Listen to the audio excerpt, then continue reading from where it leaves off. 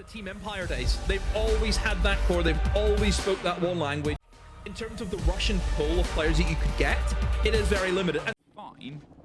Avenger does have a C4. He can try and loop around. Here comes the go. Here's the pressure. Here's the blind. And here's the swing out. The shotgun hits a wall of steel, but they're fighting over side, and it's actually a back and forth. Skies gets Doki. Shaiko gets Rorik. You need the activation. There's still more blinds, and there it is, but he doesn't quite time it well. Skies had the intel, had the catch, and now as the shield drives through the side of 4 versus 1, stomping all that is left alive, but not for long. A brilliant 30 seconds less to do it in. Dan ready to go for a quick break. Hope to get lucky, but unfortunately the position was just held with enough bait. You can see Rorik's entering above those Hadoki. I just hope that he could keep firing into it. Benja does get Dan, retakes that position for the Dokkaebi, but there's guys once again getting a threat either side, and wow, how continual he is being as they just continually pop their heads into these problematic positions. And now, fine, they have verticalities, 40 seconds. Skies does go down. Gets rocked by Benja. I guess they just weren't fully aware of him, but oh my word, do they know they got the down on that player? And do they know there's about to be encircling? They do now. Shaiko. Oh, misses the take onto the Monsi. Now they know exactly where he is. It's the 3 versus nobody. Doki, can he find a way out? He's struggled with the opening game so far. He was the first death in the previous round, and he almost gets the Blackbeard, but as the grenade forces a bit more movement, it's a double down. They were ready for the attempt from Spiral. They were ready for Shaiko as well. And our G2 really ready for this game. Does not seem to be the case. Benja gonna try and pick up one and falls back to the safety of the... You've got Flash, you got Spimmy, you got everything right now that you need. And mid-drone and a whiff. A massive whiff from Benja. That should have been a dead Blackbeard, and now the jig is up. They know exactly where he is, stuck in towards Blue Hallway. Gonna have to try and fight back against the Blackbeard. He's just gonna keep him at bay. Will win out that engagement. You can see that VP, they've flooded into the bomb site. Start going for that diffuser, know exactly where he is, and an easy pre-fire for Pasha. VP will come through. G2. From below if you do get that plant down. Fire's on. Nako is suffering in the fire. Sky suffers a bit as well. He's finally caught out in a double down. Stomping gets... The track is going to come through. If he can operate this in time, he's looking the wrong way. He's too late somehow. Survives and gets out of there. And Rorik, a big missed moment, but Skies does it on his own. And Rorik can try and hold in underneath Doki. Big fight is about to happen here on the window. Shaiko's doubling up, but it's lost out. Alamo goes under though, and... Oh, they've gone quick. They've gone quick. They're going for the plant. They're hitting the shield. It's all covered. There's Shaiko, and Doki gets a knife. Oh. But that was almost a bit of a blow. Oh, Doki. Beautiful take there. Almost gets third as well. Double dip. Punished for the greed. But at that point, he's kind of well earned it. Alamau finds a kill. Pasha alone. Get up. We have to land these engagements cleanly. Just one clean kill. Benja goes for free fire but misses, and now it's a 1v2. Look where the diffuser is though, Emmy. Right in the middle of the bomb site. Not favorable for him. We'll try and open up a portion off the wall. I'm liking the fact that Alamau is in back. Trying to assist Stompin if he can, or actually it's the other way around. Stompin's coming back to assist Alamau. As long as they can just play this crossfire, it should be fine. Smokes go in, but Asha, it's gonna be a matter. From Lounge right now. Will be actually 2 players towards that side. Oh, there's the first. Stompin's able to find a body only the 3rd time over this half that they've been able to get it, but every other time they haven't netted the results. Shaiko gets a follow through as Dan does get Doki. Get that single wall open. They've got nothing to add. A bit of split pressure. They're otherwise just opening in towards the door. Dan gets Shaiko. Entirely approach this position because they can't really get themselves other routes through. They have to either force the vertical fight or find the fight elsewhere. You can see Alamau's waiting below. There's just an easy swing, but it's traded right back out. Recollects the kit. He's still got 1 C4 in pocket, and as yourself there, not going to bait it, but we're under 10 seconds now in towards the red time. It's going for the plant this time. They got to stick it. The C4 easy to lay and blow. Yeah. And an easy round to sweep up. Please continue. Oh, I forget now. Yeah, it was. Okay.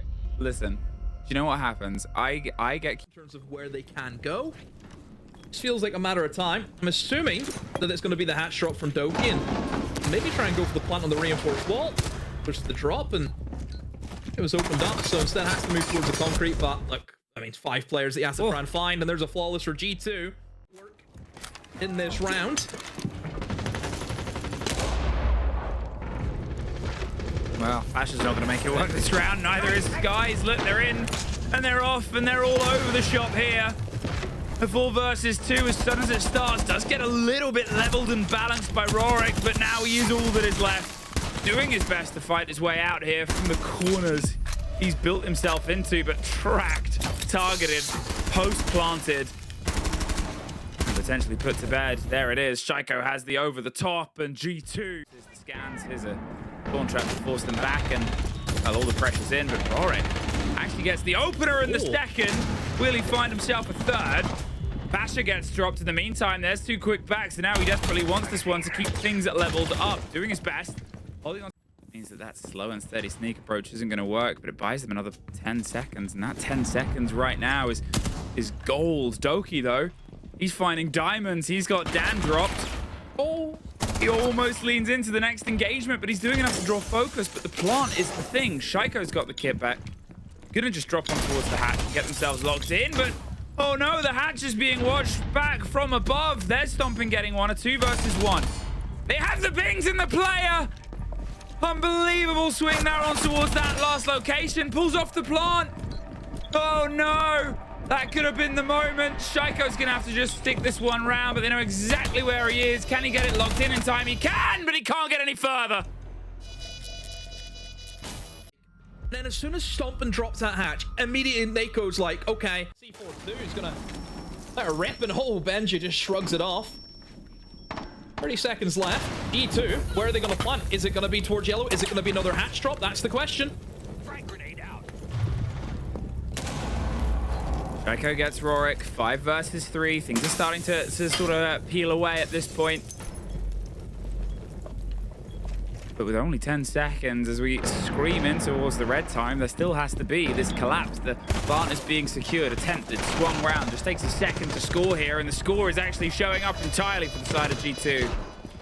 They knew exactly where that last man was. Pasha, gone. Really pushing him from Spiral, I think, is going to be a pretty big position that G2 need to try and take. And yeah, here we go. Doki's in along with Stompin behind him. And this is where he can just open up onto the bomb site. And oh, using the Goyo, getting rid of the clash, using the flames. Rorik just too far away, but what can he do really to prevent this plant? Nothing other than just going for the swing and hoping nobody's covering it. Somebody is covering it. They waited for the contact and got him on the pinch. Stompin gets another. And the clash might set up. They do get one more kill on the side of it, and they're going to see if they can slip their way back. That's that player on the back end. There's destruction from underneath. The statistic that we have coming into this round demo, that outside of the first... He does. And surely if you're Pasha, you're kind of screaming, guys, I think they're going to come for me here. I think they're going to come straight in towards Piano, and Shaiko able to pick up Dan. Now they have lounge control for G2.